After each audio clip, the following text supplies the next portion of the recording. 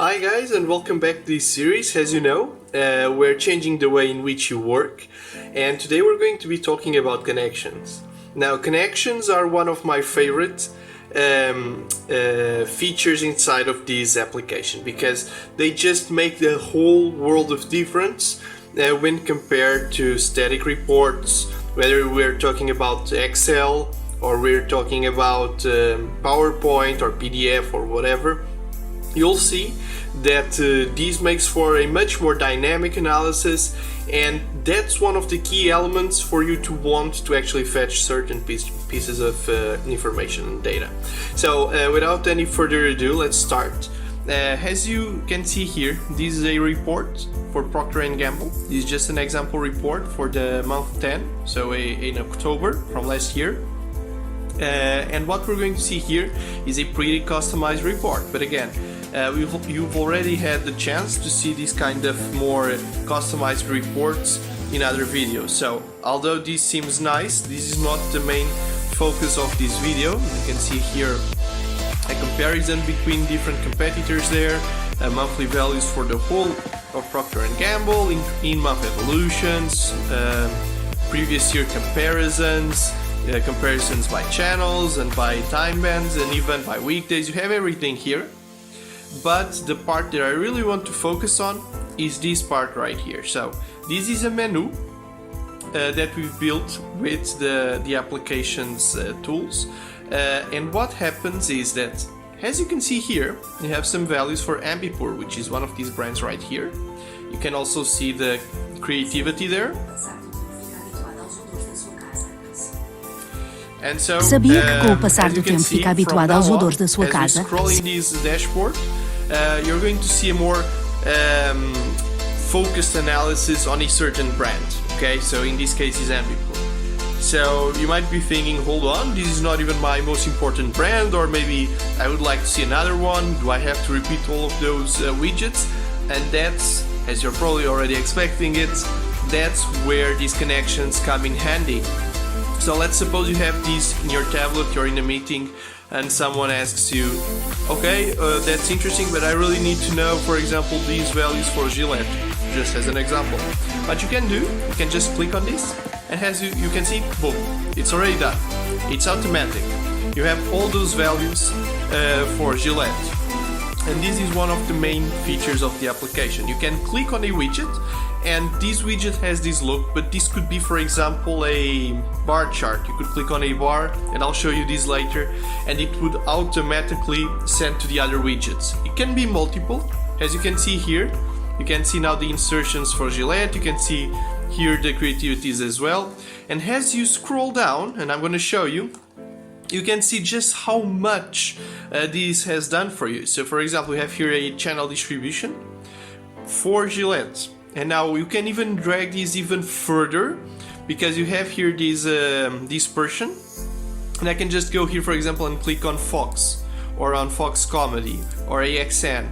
And what you're going to see here on the right side, it's like a even more drilled down, even more granular piece of information. Because in this case, what you have now is when Gillette invested in AXN, what was, for example, the position of the break? What was its investment? How many days was it present in? And you can do this with connections, okay? So you're receiving like 2 connections here already. If we scroll a bit further, now you have something similar, but for typology. So you can see that, for example, Gillette mainly invested during this month in the fiction typology, and I can just go ahead and click on it. And I'm gonna again go into a more granular level. I will know for the fiction typology what were Gillette's favorite shows there. So you can see it, and you can also see the preferred channel for Gillette when it invested in the typology genre, for example. So that's very interesting. You have something similar here by time bands, in which you can click on it, and again, let's go to a more granular level, and you even have some coverage values there for different age groups and different location groups. And the nice part about this is that you can just go on top there, and you can click on another one, for example, Head and Shoulders, and boom, everything's done now. Everything that you've seen until now now it's all portraying data for Head and Shoulders, okay? So that's one of the things that you can do. Now I would like to show you just how simple it is to actually do something like this. So let's just go ahead and do that. We create a new report, and I'll start by creating something that you've already seen, and it's pretty simple, and it's not even connected necessarily to connections. I'm just going to use it as an example. So I'm going to create an audience curve here. So I'm going to add time bands into axis, as you probably can guess, and let's put the rating here in variables. Now that you have this, we need to select some things here, some parameters. Let's select this day. Let's select only one channel. We could add more, but just as an example, let's just add RTP1, and let's select a target, which can be, for example, the universe. And now let's select our time bands. I'm going to break it 5 by 5 minutes, but you could do this minute by minute or hour by hour or wherever you need. So let's go here to the time bands, and let's say that I want to break these every 5 minutes, okay? So now that we already have all of these, let's run the report and see how it looks. Yeah, that's exactly what I wanted there. So this is the audience curve for RTP1. Now, suppose that I want to know, for each of these 5-minute bands, the audience profile for RTP1. Now, what I am going to do, and I believe it's very interesting, I can just go here and add something like this, like for example, a bar chart, 100% stacked, and you'll see that it has a nice look for this. And I'm going to say that I want a channel here, which there's only one, so it will be RTP1. And let's say I want addition, which will help me know the percentage of each target that each target represents inside of this audience. And now let's alter here the target. So let's say I want, for example, an analysis for the audience's gender, for example. So I can do this, and now I'm going to add the time band there. Let's do that, time bands. Now when I run this, what you'll see is for RTP1, you have like this example. Let's just make it a bit more, let's remove that button just so it's a bit easier to actually see what's happening. Okay, that's better now. And as you can see here, you have this menu. Normally what you do, you just go here and click on any of these, right? If you want to look at this moment in time.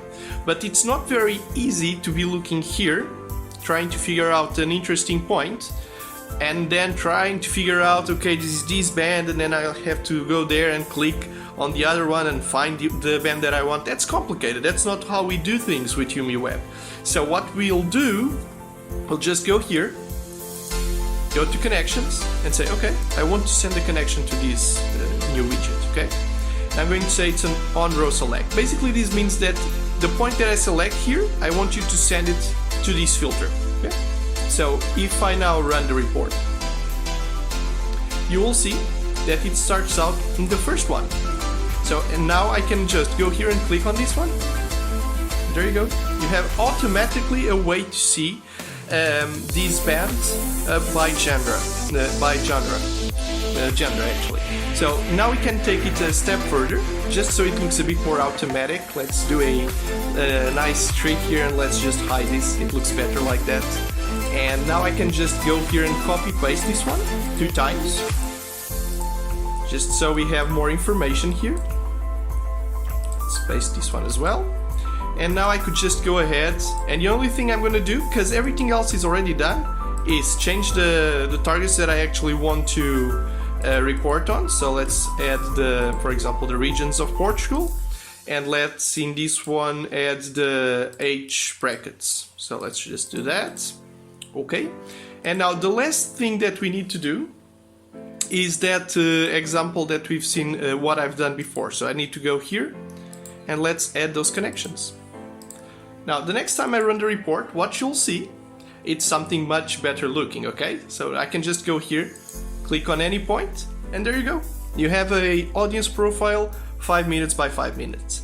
So I hope this was simple for you to follow, and I hope you liked it. It's one of my favorite features, and I hope to see you in the next video.